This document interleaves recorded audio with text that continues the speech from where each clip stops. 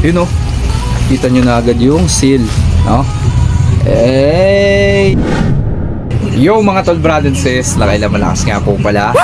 Ito na yung araw na i-unbox natin yung ayudang aking natanggap noong October 31. So hindi na natin patatagalin pa to dahil excited na rin ako. Ito na yun, hindi ko na patatagalin to.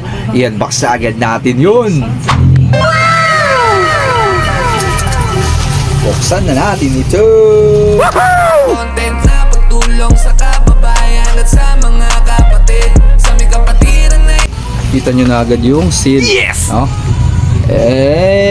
Napaka-anas. Wow! Yun no? Ito po mga tol, collection lang po to ha, pang collection. No, actually pangalawa ko na to. Para ang tuwa ay maiatid, wala kaya.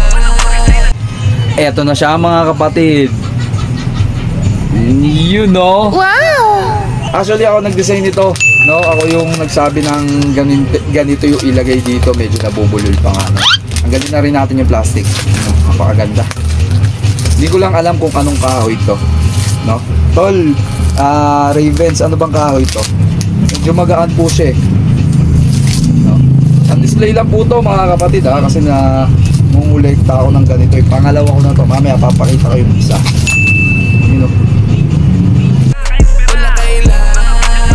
Solid. Oh, wow! Ganda oh.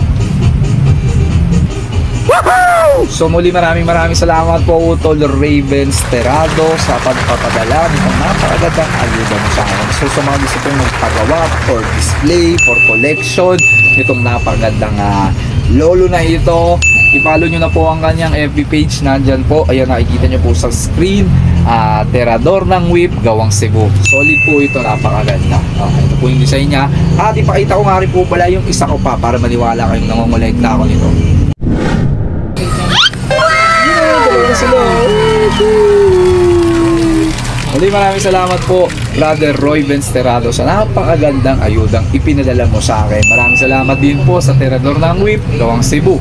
Sa mga gusto pong umorder ng ganito kagandang whip, i-follow and like nyo na ang kanilang FB page at magpagawa na rin kayo. So muli maraming salamat po sa lahat ng mga sumusuporta sa akin. Road to 100k followers na po tayo. Salute po sa inyo lahat.